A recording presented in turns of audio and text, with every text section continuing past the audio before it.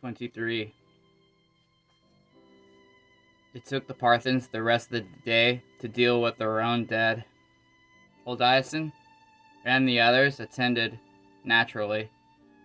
The deaths all struck him hard, but worst were the ones he knew. Despite his attempt to save her, Oldiason found out that Bartha was yet among the victims. Her heart, broken by her son's death, could not survive the aftermath. They found her unbreathing, the boy cradled in her arms. In death, they had a peace to their expressions that was complemented by a love between them one could still see. The boy and his mother were laid on the pile together and burned as one. And as they vanished in flame, the sadness in Oldiason changed to fury again. Fury at Lilith, at Lucian, at those like the Triune and the Cathedral, who cared for nothing but their domination over all else at such costs. Try as he might, Oldiason could not quite quell that theory. By the time the last body had been properly burned, and the day had once more faded, he knew that there was but one course of action. A course that, for the moment, had a particular focus. The Triune must be brought down, Mandolin, he said when they were alone. I may be mad to think it, but I plan to do what I can to see their temple crumble. They've done too much to too many of us. He expected his brother to dissuade him, but instead, Mandolin only said, "If that is what you wish, I will always stand by your side, Oldiason." Oldiason was grateful, but could not let it end just there. Mandolin, what's happening to you? For the first time, a troubled expression briefly crossed his brother's countenance. As Mandolin buried the emotion again, he replied, "I do not know. I can only tell you that I do not fear it anymore, and that, so long as I can, I will do whatever it allows me to help you."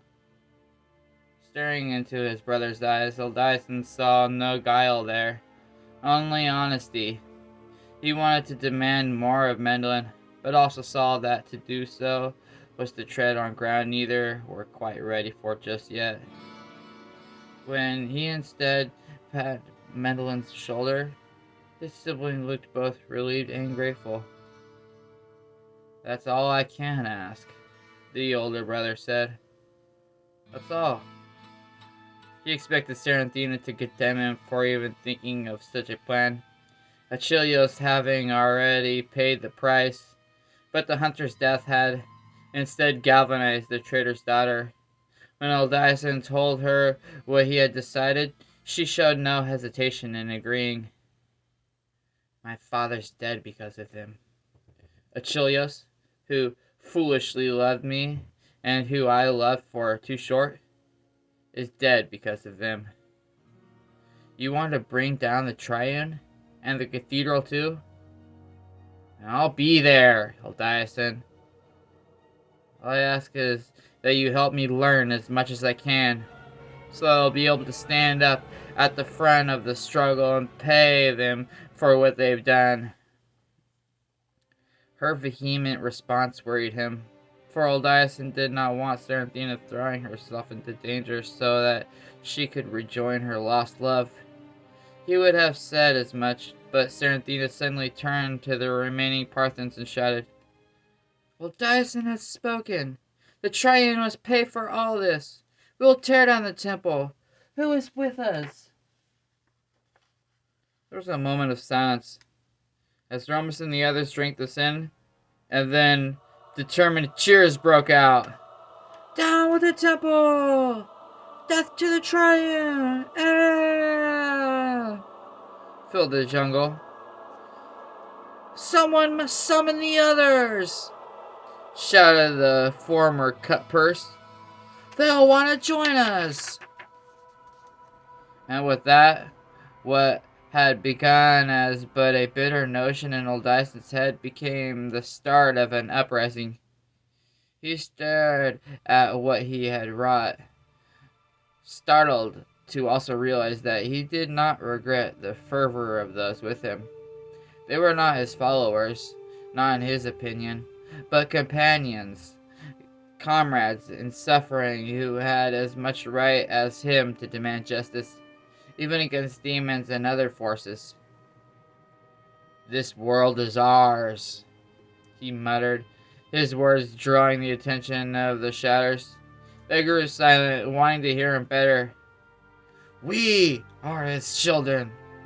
Our existence are intertwined. He hesitated. And most of all, we are our own masters. Our lives are ours to control, no one else's. That is our birthright, as much as the power is growing within us. Our birthright! This brought renewed cheers. Old Dyson let it go on for a time, then raised his hands for silence. Romus, he called, are there still among you those who can track well? Aye, Master Old Dyson. And if they can't, I can. We leave at first light. The city of Torja is our goal. A good-sized city, Mendelin? His brother considered. It is not Kedgen, but nothing is. Yes, it is a good first destination. He knew what old Dyson had in mind. To face the temple and very likely the cathedral and the mage clans, their numbers would have to be much greater. Old Dyson had no doubt that there would be those in Torja who would be open to what he offered. There would also be those who would oppose him. And so Torja was, in addition, become a proving ground for his uprising, or a burial ground. We head to Torja. Then, he said to the rest, the riders must go back and tell whatever Parthens wish to hear that they are invited to join us there. Tell them to head there. I'll see to the message myself, Master Aldyson, replied Romus with increasing resolve. 3 men let out shouts of equal enthusiasm. The task is yours then, you 4. The rest of you remember, first light. They cheered again. Caught up in the imagined spectacle of sweeping across the world and gathering with them throngs of enthusiastic newcomers. Old Dyson let them celebrate, knowing that it might very well be otherwise. They might very well be slaughtered before they even reached the gates of Torja. They would follow you anywhere, Mandolin commented. Even to the burning hells and the high heavens? His brother returned, recalling the mythic places of which Lilith had spoken. He could scarcely imagine an eternal conflict between celestial beings, but even less could imagine he and his kind remaining potential fodder for whichever side triumphed. Mendelin nodded. Even there, if it should prove necessary. He glanced in startlement, not certain whether Mendelin was jesting or not. Certainly his brother did not seem the type to jest. Not anymore. They continued to let the Parthens cheer. If not the burning hells and the high heavens, at the very least, there would be demons and more aplenty here in its sanctuary. Chief among them, Lilith. Lucian had been correct about one thing. Old Dyson had no doubt that she would find a way to come back into his life, and then attempt to either control or take it. Whichever she desired, old Dyson did not shy from facing her. She would find him far more than she thought, much favored in her in their struggle, but He was prepared. My birthright, he whispered, then thinking of all those there, Old Dyson corrected himself. Our birthright. Our world. His determination grew greater yet as he thought once more of Achilles and those who had perished for no good reason. Our destiny. Yes, answered Mendelin, hearing old Dyson despite how quiet he had spoken. That and more. That and much more. And thinking about it, old Dyson knew that he was right.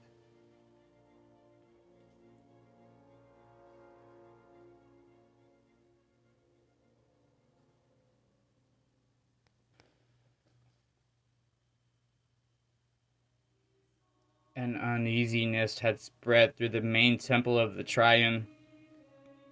Few understood it, but all felt it. The high priestess pretended as if all was normally was, but those who watched them close saw that even their eyes held some hint of concern. In the private sanctum of the Primus, the demon Ostraga hung deep in an upper corner, his form completely shadowed from any who might enter. Around him scurried several eight-legged fiends, all moving with an anxiety he did not outwardly reveal. But mixed with that anxiety was a growing thought. Lucian had not returned from wherever he had gone. It was far past any reasonable hour of return. While the son of Mephisto had said one thing concerning where he had vanished to, Astraga had not taken that at face value. He knew that Lucian saw in this human something more than mere potential for the ranks of the Morlu or any other force benefiting the Triune. Lucian had been on the verge of the unthinkable, perhaps wondering if the Nephilim could rise up above even his father and the other primevals. Yet Lucian was not back, and Ostraga now contemplated how that worked in his favor. Perhaps he should take on the aspect of the Primus. He should command the power of the Triune. Yes, after all, it could certainly not be turned over to a fool such as Gulag. Gulag was pure chaotic force. He had no wit for commanding. Suddenly, the demon sensed another presence in the chamber. He tensed, ready to spring if it turned out to be an intruder. Ostraga had eaten recently, but he always had a taste for blood. But to his surprise, it was the one being he had not expected. Lucian is back, he announced. And has Lucian done what he wished? In some ways, yes. In some ways, no, the Primus remarked cryptically. Ostraga? Lucian's tone almost sounded as if he was not certain who spoke, but that could not be right. The spider demon chose to move on with the conversation. Was there sign of her? Of Lilith? The Primus was quiet for a moment, then nodded. Some, but I do not think we shall see much of her for a while. Good, good. Lucian put a hand on the tall throne upon which he generally sat during audiences. As the struggle watched, the towering figure settled into it, then looked up into the shadows where the other demon lurked. I would be alone, Ostraga. How long? There were times when the son of Mephisto demanded this. Generally, the arachnid would retreat to one of the towers until Lucian was done with whatever he was working on. As the demon chosen to lead, Lucian had benefits that Ostraga often envied. From this point on, returned Lucian, expression hardening. Find yourself a place to spin a new web. The towers, perhaps. If I ever need you, I will summon you. He was being cast out of the chamber forever? Ostraga almost protested, then considered that Lucian was, after all, the son of Mephisto. or else he was only favored of the Lord of Terror. Diablo would not defend him against Lucian. As is wished. The shadowy arachnid muttered. As is wished. He summoned his children to him, then breathed upon the web so as to dissolve it. Then, with one last and somewhat angry look, Astraga vanished.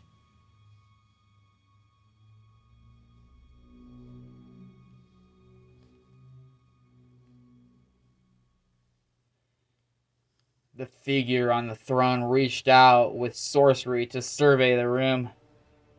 No one was present, not even one of the spider's over-inquisitive pets. The chamber was magically sealed off from all others. The Primus let out a slight laugh, one with what might have been called a feminine aspect to it. Come to me, my love. Come to me. Lucian said with the voice of his sister. I'm waiting anxiously for you. And, in the Cathedral of Light, the prophet nodded. All was going exactly as he had dictated.